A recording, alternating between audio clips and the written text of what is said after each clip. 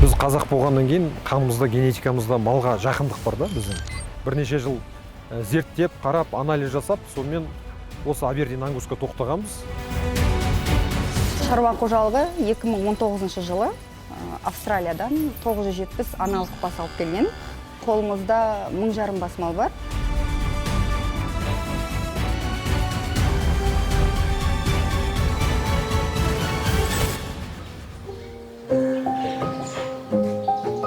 Бұл мал салмақты тезірек жинайды. Сосын біздің климатқа бейімдеу, басқа тұқымдармен, пародалармен салыстырмалы түрде азырақ ауырады, шыдамды, сосын жем талғамайды. Берген қореңізді 100% өзіне сіңіреді. Ол генетикалық тұрғыдағы өзінің бір айырмашылығы. Таулы жер ангус үшін ең қолайлы. Олар жаңағы айтсақ, как рыба в воде дейді ғой, табиғи өздерінің генетикасына, өздеріне ең жақын орта. Бастапқы келгенде, енді осынша көк шөпті көріп, мына керемет жерге келгенде, бірінші, екінші күні болды. Еркіндікке шығып, малдың қуанып секіргені, ол енді өте әдемі керемет көрініс. Ангус малы жеңіл төлдейді. Егер күтімі, азықтандыру жақсы болса, төлдеуде ешқандай қиындық жоқ. Әрбір бұзауды кішкене сәбиді қарағандай қараймыз. Оның толық азықтануын, оның тұрған жерінің тазалығы, оның ішкен суының температурасы, оның барлығы міндетті түрде толығымен қадағаланады.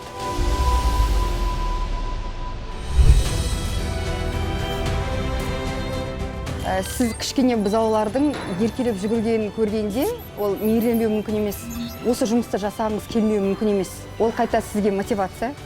Мемлекет өзі қолдау көрсетіп жатыр ғой. Мемлекет қаншама субсидия беріп жатыр, жермен көмектесіп жатыр, жайлау беріп жатыр міне. Палатаның сізге беретін көмегі бұл сатылым. Сіз өзіңіздің малыңыздың толыққанды 100% асыл тұқымды екенін палатаның арқылы дәлелдейсіз.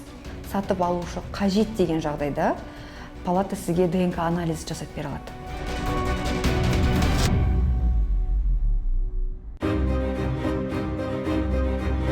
Ең негізгісі таза ет 65%-ға дейін таза ет береді бұл. Күніне 3 килограммға дейін салмақ жинайтындар бар, тірідей салмақ.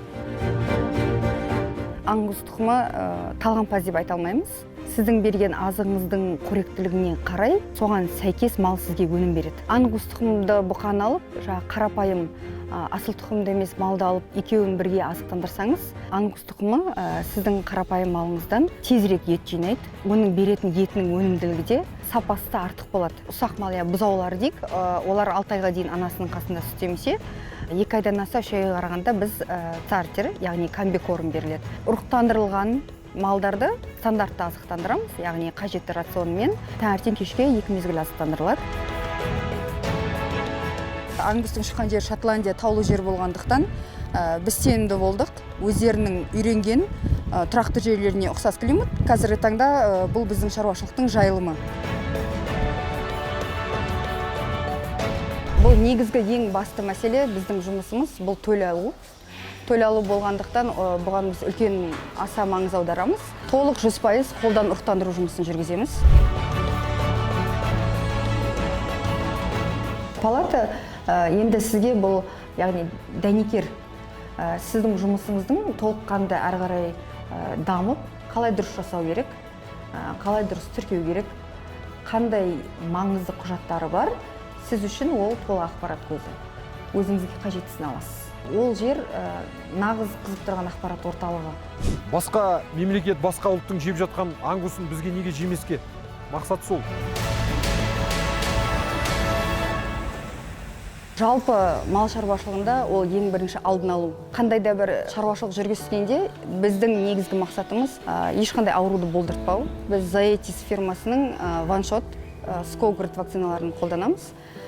Ол яғни төлдің ауырмай, әрі қарай тез жетіліп, аяққа тұруына көмектеседі. Жер шарында, қоғамда дейміз ба, етке сұраныс ешқашан өлмейді. Әсіресе біздің қазаққа. Қазақтың жерінде бұл мал, қазақтың жерінде тұратын болса, келешекте осы тұқымы қалады осы жерде.